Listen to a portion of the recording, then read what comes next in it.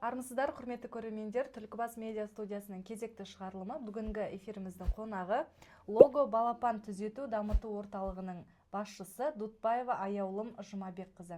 Аяулым ханым, студиямызға қош келдіңіз. Жалпы алғашқы сұрақты осы лого балапан түзету дамыту орталығының негізгі мақсатымен таныстырудан бастасаңыз. Саламатсыздар ма? Жалпы біздің негізгі орталығымыздың мақсаты алдымызға келген әрбір баланың нақты өзіне қажетті дұрыс дамуына, дұрыс сөйлеуіне, жалпы әлеуметтік ортада өзінің орнын нақты алуына көмектесу. Яғни алдымызға көбінесе бізге келетін балаларда задержкасы бар деп айтады ғой, былайша айтқанда, жалпы ақ тілмен айтқанда, задержкасы бар балалар психикалық жағынан, сөйлеу тілі жағынан, және де тұтықпасы бар, рас, яғни аутизмге ұшыраған балалар, осындай балалар келеді. Сол балаларды өзіміздегі кешенді түзету жұмыстарын жүргізу арқылы біз қалыпты, нормотипичный баланың жағдайына жеткіземіз. Яғни біздің орталықта логопед, дефектолог, АФКС және де авотерапия қызметтері көрсетіледі. Қазіргі таңда орталықта қанша маман қызмет атқарады? Қазіргі таңда орталықта өзімен қосқанда 5 маман жұмыс атқарып жатырмыз. Жалпы лого балапан түзету дамыту орталығының негізгі мақсаты түзету жұмыстары, Жалпы осы түзету жұмысының балалардың сөйлеу тіліне, сөйлеу машақатына деген сияқты қандай бір маңыздылығы басым? Сөйлеудің. Сөйлеудің жалпы өзіңіз ойланып қарасаңыз, егер де сіздің алдыңызға 3 жастағы баланы алып келіп отырғыздық да, нормотипичный баламен, 3 жастағы баламен сіз толыққанды менімен сөйлесіп отырған сияқты сұхбаттаса аласыз. Ал сөйлеу тілінде қандай да бір тежелісі бар бала болатын болса, 3 жастағы баламен, тежелісі бар баламен да, бұл жерде түртіп айтқанда, ол баламен сіз былайша айтқанда мүлдем контактіге түсе алмауыңыз мүмкін. Себебі тежелістің өзінің, әрқайсының өзінің деңгейі, өзінің ауырлық деңгейіне байланысты бөлінеді. Мысалы, ЗРР бала, ЗПРР бала деген сияқты, немесе жаңағы рас, яғни жаңағы аутизм спектрінің бұзылысы бар балалар. Мысалы, ондай балалар көзге қарамайды, атына қарамайды. Сіз мына жерде отырсыз ау, сіз ол балаға сұрақ қойып жатырсыз ау, немесе сіз ол баламен бір ойнағалы отырсыз ау деген ондай балада ешқандай ой болмайды. Яғни ол бала как бы на нуле отырады алдыңызда. Енді өзіңіз ойлап қарасаңыз, сөйлеу тілінің қаншалықты маңыздылығы сізге былайша айтқанда салыстырмалы түрде жеткізіп бердім деп ойлаймын. Ондай бір жаңағы диагнозы бар балаларды ата-ана қалай анықтауға болады? Бір нақты бір Енді қараңыз, қазіргі таңда бізде өте жақсы, былайша айтқанда, сауатты мамандар көп деп айтсам да болады. Және де барынша осы жалпы логопедия, баланың дамуына байланысты барлық осы менің әріптестерім, Инстаграм желісі қазір дамыған ғой. Барынша біз дұрыс ақпарат таратуға тырысып жатырмыз. То, что бала 3-4 айынан бастап балада задержка бола ма, болмай ма екендігін уже анықтауға болады. Оны қалай десеңіз, мысалға қараңыз, бала 3-4 айында мойнын ұстау керек, мысалы да. Егер де бала мойнын ұстай алмай жатса 3-4 айында, балада уже бұзылыстың белгілері бар. Одан кейін 3-4 айдан кейін бала мысалы көзін енді жайлап аша бастайды ғой. Бірақ 3-4 айда біз как бы баланың көзінде пленка тұрған сияқты болады, нәрестенің көзінде дейікші, ол пленкасы 4 айдан былай қарайғы уақытта жайлап тазара бастайды. Ал 3-4 айлық балада, вот мына жерде мән беретін нәрсесі, мысалы алдынан былай адам жүріп өткен кезде бала елеңдеу керек. Ал вот бұзылысы бар балада, яғни балада уже органикалық түрде ми зақымдалып тұрса, уже ол балада ондай не болмайды, еліктеу, былай жан-жағына жалтақтау болмайды. Сол жерден байқаса болады. Одан кейін ол жақ жарайды, қиын, оны түсіне қоймас деп жатсаңыз, мысалы 8-9 айында балада уже лепеттер пайда болу керек, яғни ма, ба деген сияқты да. Сол нәрсе көпшілік балада біздің алдымызға келген оқушылар, мысалы диагностика барысында мен тексерем ғой, каждыйын сұрайым, анамнез жинайым, барлығын сұрап шығам ата-анадан. Сол нәрсесі жоқ болып шығады. Себебі вот жаңағы 8-9 айында балада уже минус кеткен. Ал ата-ана сол нәрсені байқамаған. Міне соның салдарынан да балада өсе келе задержкасы, егер 3 жасқа дейін соны түзетпесе, ол одан сайын қиындай береді. Яғни бағанағы айтқан рас, аутизм осыдан шығады. Бұның басты себебі салдары неде деп ойлайсыз? Енді ол өте бір үлкен ауқымды тақырып та, бірақ шамам жеткенше қысқартып айтуға тырысайын. Қазіргі таңда бізде ата-аналар, жалпы жас аналар деп айтайын, тұрмысқа шығады, тұрмысқа шыққаннан кейін бір андай өздерін дайындамайды. Не то, что әйел адам, ер адамның өзі де өзін дайындамайды. Енді қараңыз, дұрыс ер адамнан келмеген, мысалға, ұрық, былайша айтқан кезде, ол әйел адамның ішіне біткен кезде де дұрыс болмайды. Біріншіден, ер адамның өзінің денсаулығы мықты болу керек. Ода ешқандай дефицит болмау керек. Яғни витамин жағынан да, жаңағындай өзінің потенциал жағынан да мықты болу керек, біріншіден. Ал екіншіден, әйел адамда соған соответствующий түрде ол кісіде де ешқандай дефицит болмау керек. Мысалы, витамин дефициттің өзі балаға кәдімгідей әсер етеді.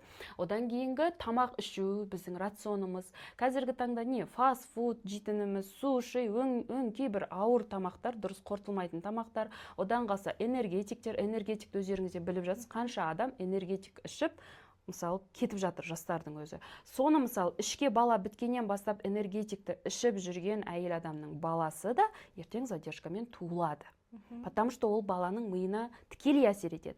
Мысалы, бастапқы ішке біткен кезде бала 3-4 айында баланың мысалға миы дами бастайды. Мына миышы. Ми дамып жатқан кезде, мысалы, балада анасында қандайда бір дефицит болатын болса, баланың миында қандайда бір тоже дефицит пайда болады. Мысалы, фолий қышқыл не үшін ішкіздіреді 3-4 айда анаға? Ол баланың миында дұрыс байланыс болсын, баланың миы толыққанды дамысын деген мақсатта береді. Ал оны біздің жас аналар ондайға мән бере бермейді. Сонымен жүре береді, жаңағы дефицитпен кете береміз. Анемиясы мысалы төмен болып аналарымыз, жас аналарымыз жүре береді. Мысалы 70-80 анемиямен мен диагностикаға келген кезде сөйтіп келеді. Анемия болды ма при беременности? Қанша болды? 70-80. Енді онсыз көтердіңіз ба? Көтерілмеді дейді. Әрине, екі қабат кезде ол түсіп кетеді анемияшы, но бірақ хотя бы нормада сақтауға тырысу керек, мейлінше. Потому что әйел адамның өзінің ішінде, жаңағындай, өзінде анемия болып тұрма, ол адамда миға кислород дұрыс барып жатқан жоқ. А ол іштегі балағашы, өзіне дұрыс кислород бармағанда, ол іштегі балаға вообще қиын. 2-ден 1 бөлігі вообще даже оның да толық барып жатқан жоқ та балаға. Былайша айтқанда бала іште тұншығып жатады. Және де жаңағы D3 бар, тағы да магний бар, одан бөлек жаңағы анемияға железоферритин мысалы әсер етеді. Соның барлығының тапшылығы балаға тікелей әсер етеді. Ол бір фактор болып тұр да, мысалшы, өзінде дефициті бар, әкеден, анадан туылған балада ішке дұрыс бітпейді, балада уже задержкаға бір себеп. Екінші себеп, қазіргі таңда біздегі мамандардың сауатсыздығы. Енді барлық медициналық мамандықтағы адамдарды сауатсыз деп айтпаймын, бірақ көп жерде кездесіп жатқан солардың да қателігінен осындай балалар дүниеге келіп жатыр. Яғни ДЦП, жаңағы қандайда бір парезбен туылып жатқан балалар. Бұның барлығы осы туылу барысындағы бір асқыну деп айтсам болады. Себебі, мысалы қараңыз, іштен басып жатады. Акушер-гинекологтар, мысалы, ол жаңағы білімнің жетіспеушілігінен ба деп ойлаймын. Потому что соңғы жылдарда, 2020-дан былай қарай есептесек, көпшілік жерде уже оқу орындары шыны керек ақшамен былайша жасырып жауары жоқ. Көп нәрсе, Қазақстан жалпы жемқорлықтың отаны болып кеттік қой, даже білімнің өзі сондай болып кетіп жатыр да бізде. И оның минусы осы міне өскелең өсіп келе жатқан ұрпаққа тиіп кетіп жатыр. Яғни сол туылу барысында деп айтқым келеді. Мысалы, әйел адамды туылу барысында, баланы шығару барысында қалай жұмыс жасау керек, не істеу керектігін дұрыс білмей жатады, мысалы, қалай толғату керек, қалай демалу керек, дұрыс рекомендация жоқ мамандардан. Ол өзі первородка, бірінші рет ана болып жатқан адам, қалай баланы мысалы өмірге әкелу керектігін түсінбейді, оған дұрыс на жақтан жаңағыдай бағыт-бағдар беретін адам болмағандықтан, ол әрине баланы либо басын қысып қалады, либо кіндікке оратылып қалады бала, болмаса жаңағыдай ішті басып жібереді. Содан болды. Балада мысалға уже патология кетеді. Балада мысалы мына жұлыны қысылса болды ғой. Балада уже ДЦП болып шығып кетіп жатыр, мысалы, қазір байқап отырсаңыз. Соның барлығы туылу кезіндегі жарақаттар, мысалшы. Сол медицина жағынан қандайда бір сауатсыздықтардың болу кездерінен, мысалы, болады. Осы тұста тағы бір ақпарат бере кетейікші ата-аналарға. Жалпы ата-аналар қай жаста баласын логопед маманына көрсету керек? Бізге мысалы өзімізге қазір данный момент осы мен январдан бастап Алматыдан осы жаққа міне толыққанды келдім ғой. Келіп жатыр ата-аналар 1 жас 2 айдан бастап уже келіп жатыр. Иә, бірақ көп ата-ана баласын арнайы мамандарға көрсетуден ұялады, иә? Біздің қазақта қанына сіңген сондай елдің сөзін естіп жатамыз, анау не дейді, мынау не дейді. Шекке қылқындыру деп жүреді. Сол тұста бір кеңес беріңізші маман ретінде, не істеу керек ата-ана? Ата-ана сол бағана бастапқыда айтқандағыдай, баланың жалпы туылғаннан кейін 3-4 айынан бастап баланы қадағалауға алу керек. И бала туылғаннан кейін баланың рефлекс маро деген сияқты әртүрлі рефлекстері болады, мысалшы, сол рефлекстер бар ма балада? Специально соның барлығын тексеріп отыру керек. Жалпы қазіргі таңдағы мен ата-аналарға айтатыным, сауатты болыңыздар. Потому что сауатты болмасаңыздар, құрметті ата-аналар, балаларыңызды былайша айтқанда өздеріңіз құртасыздар, если честно. Шынымен ше?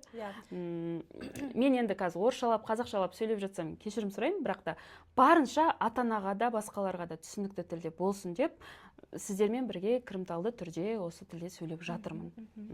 Жалпы телефон дейміз ғой қазір, иә, балалардың барлығы телефонға тәуелді.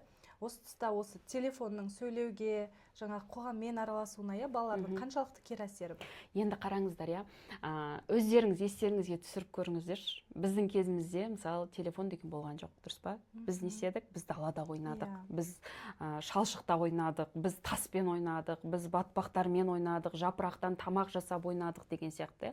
Бізде таза сенсорика, АФК барлығы бізде өзімізде болды бала кезімізде.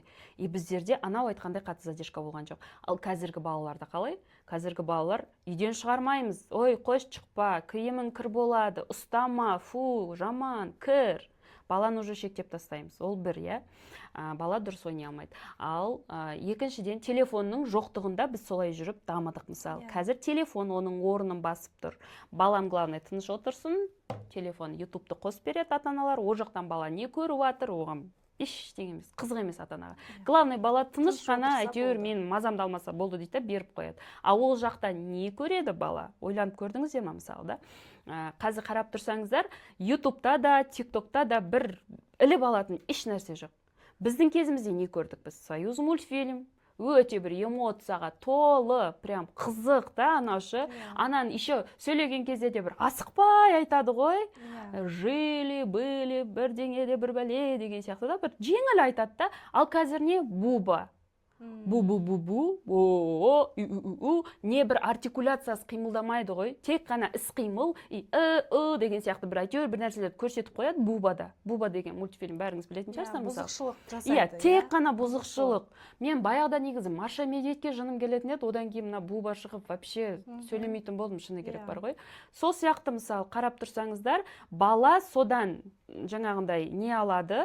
Өзіне алатын ешқандай тәрбиелік мәні жоқ заттар, бала ешқандай артикуляциясы қимылдап тұрған бір мультфильмнің кейіпкерлерін көрмейді. Ол жақта просто абабабабаб қой, мысалы. А бұрында Союз мультфильм кездерінде прям асықпай, білмеймін, почему-то мынан бәрі салынатын. Бала соны қарайды и уже біледі қайтып сөйлеу керек, мысалы, а деген қалай айтылады, о деген қалай айтылады деген сияқты. Иә, анық сөйлеуге бала бейімделеді. Ал қазіргілер мүлдем ондай несі жоқ, и бала нені көшіру керек, нені бойына сіңіру керектігін түсінбейді. Жалпы Аяулым ханым, дәл осы салада жүргеніңізге қанша жыл болды? 9-шы жылдан асып жатыр. Осы уақытқа дейін қай жерде, қай қалада жұмыс жасадыңыз? Так, мен 2019 жылы жалпы бітірдім университетті, бірақ 2018 жылы 3-ші курс оқып жүрген кезде мені Алматы қаласындағы 173-ші мектеп лицейіне жұмысқа шақырды. Шақырғанда да ол кезде бізге айтты, вакансия бар деп, өзіміздің кураторларымыз ғой. Сонымен үздік қызылға келе жатқан мамандар бар ма араларыңызда, жаңағы осындай вакансия шығып жатыр деп. Ол еще 173-ші мектеп өңке ана бір депутат, әнші Тоқтар Серіковтар бар ғой. Солардың балалары оқитын бір ең престижный Алматыдағы мектептердің бірі екен да. Бастапқыда бізде қорқынышты болды, жанымда подружкам бар, екеуміз де қызылға келе жатқанбыз. Сонымен қош дедік та, бір неге қарап қалмай, жаңағы гранттың стипендиямызға қосымша ақша көрейік дедік та. Сонымен бардық, директорға кірдік, приложение транскрипт алдына тастадық, қарап шықты. Все болды, қабылдандыңыздар деді. Қуанып кеттік. Сонымен сөйтіп мендегі бірінші логопедиядағы бірінші жылым басталды 2018-де, 3-ші курс оқып жүріп. Бірақ ол кезде менде диплом болмағандықтан мені просто педагог ассистент или білмеймін, бір методист па, бір бәле қылып тіркеп қойды да, кейін уже диплом алғаннан кейін нақты логопед қылып жазды қағаз жүзінде. Бірақ уже логопедиялық бағытта жұмыс жасап бастап кеттім балалармен. И сол жылы тағы да 43-ші мектепке қосымша тоже жұмысқа кірдім. Содан бері қарай жұмыс жасап келе жатып, кейін осында тұрмысқа шықтым, яғни Түлкібасқа қарай 2020 жылы осында келдім. И 20-да балалы болдық, 21-де менде уже анандайда жұмыс істеп қалған адам отыра алмайды екен. Мына мида барлығы тұрдан шығару керек, баламен жұмыс жасау керек, андай бір орында отырып қала алмайтын адамды жалпы.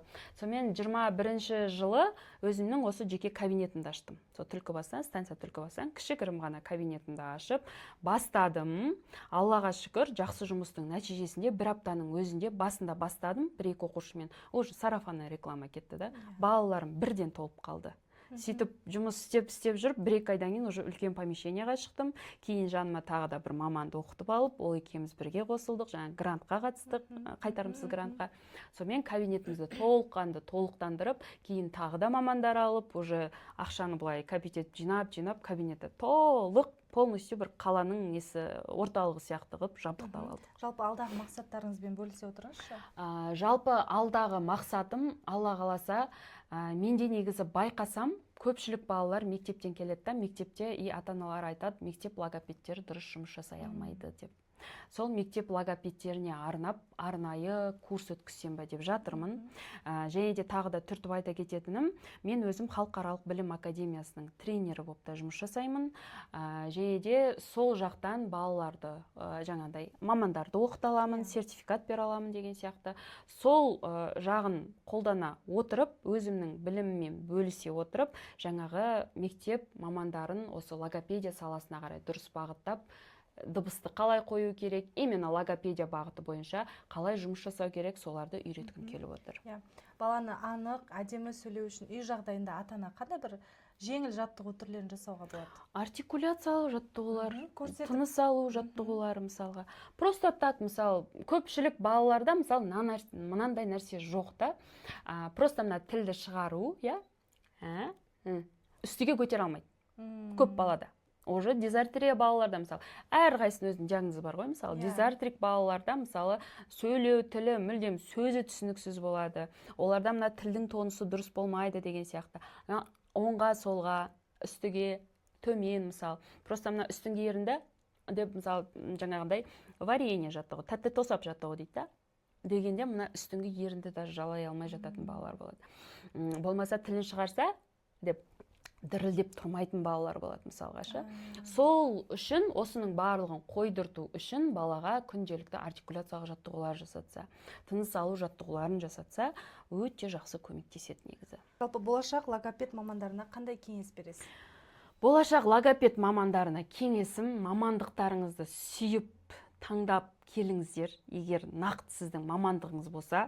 Себебі кеше ғана тағы да Феникс деген Алматы қаласындағы бір орталықта АФК маманы жаңағындай диагнозы бар ЗПРР баланың өзін мана қолын қайырып тұрып, тура арқасынан ұрған ба, көк ойдай қылып, ана баланы мысалы дұрыс жұмыс жасай алмай, не деп айтатын еді мысалы, балаға былайша айтқан кезде қысым көрсеткен.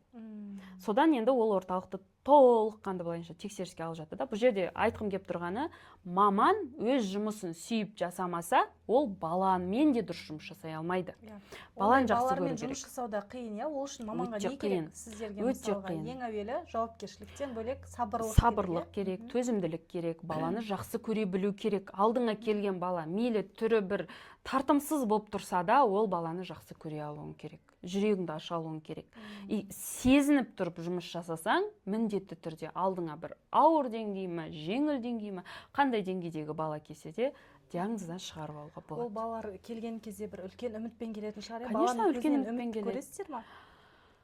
Енді ол баланың көзінен үмітті көру деген өте қиын сұрақ, бірақ мамасының, әкесінің көзінен үмітті көресің. Мен балама көмектесе аласыз ғой деген сияқты. Ол бала ондай нәрсені ойлайтындай шамада емес, потому что мына жақ уже зақымдалып тұр ғой. Одан кейінші қосымша сіздерге тағы айтқым келіп тұр да, көп ата-аналар мына нәрсеге көп сенеді. ТМС, нейросонографиялық аппараттар деп айтады. Былайша айтқанда біздің тілде ТМС, аудиотерапия, бізде осы даже өзіміздің осы Ивановкіден де ашылды ғой деймін. Мысалы, бір оқушы маған қайтадан жазып жатыр, бұрында келіп жүрген, маған аты жөнін айтпай ақ қояйын. Сол оқушы қайтадан маған жазып жатыр, именно аудиотерапияға барған. Содан ана балада судорожный очаг пайда болған миында. Ол не үшін де ойлайсыз мысалы да. Барлық нейросонографиялық аппараттар миды по-любому қозғайды ғой. Ол магнитный толқындар арқылы. И ол баланың миын қозғағаннан кейін, баланың миында болуы керек болып тұрған бір тыныш жатқан очагты қоздырып жібереді да, и балада мысалы судороги болып қалуы мүмкін. Болмаған нәрсені болғыздыратшы. Сол жағынан байқау керек. И айтқым келеді, нейросонографиялық жаңағындай аппаратқа емес, лучше коррекцияға қарай балаңызды бейімдеңіздер. Сіздер бастапқыда бала туыла салысымен, жүре салысымен жаңағындай не қылмайсыздар, мысалы, балшықпен бағанағы айтқандай, сумен, далаға шығарып, жалаң аяқ жүгірту, ондай нәрсе жасамайсыздар ғой, дұрыс па? Сол нәрсені коррекциялық орталықтарда именно сол нәрсеге бағыттап отырып, бір сенсорный интеграция, АФК бағытын қосып қоямыз да, сол сабақта бағанағы толыспай қалған жерлерді толықтыру арқылы баланы результатқа шығаратын боламыз. Осы тұсты пайдаланып ата-аналарға бір кеңес береге, бір ақпарат бере өтейікші. Сіздің жаңағы лого балапан түзету орталығы ақылы қызмет көрсетеді ме оларға? Иә, ақылы қызмет көрсетеміз. Осы тұрғысынан толық мәлімет беріңізші. Біздің орталықта жалпы АФК-Си, логопед, дефектолог және де қосымша білім беру қызметі де қарастырылған. Бұлардың бағасына келетін болсақ, жарты сағатқа 30 мың теңге, 40 минутқа 40 мың теңге. Әр сабақ жеке-жеке есептелінетін болады. И 10 күн бойы әр баламен жеке өтіледі. Кез келген жастан қабылдай бересіздер ғой? 1,5 жастан, жаңағы 1 жас 2 айдан бастап жоғары қарай ғой. Үлкен адамдарды да қабылдай береміз. Тағы да алып қосар бір қосымша мәліметтеріңіз, ақпараттарыңыз болса, айтып өтіңіз. Жалпы осы, Алла қаласа, сол осы Түлкібастағы логопед мамандардың сәл білімін жаңартып, өзімнің біліммен бөлісіп, бұл жақты да сәл жандандырсам деген ниетім бар. Алла қаласа, арманыңызға, ниетіңізге жете беріңіз. Үлкен рахмет, уақыт бөліп біздің студиямызға келіп сұхбат бергеніңізге. Құрметті көрермендер, біздің сұхбат осымен аяқталды. Келесі кездескенше аман болыңыздар.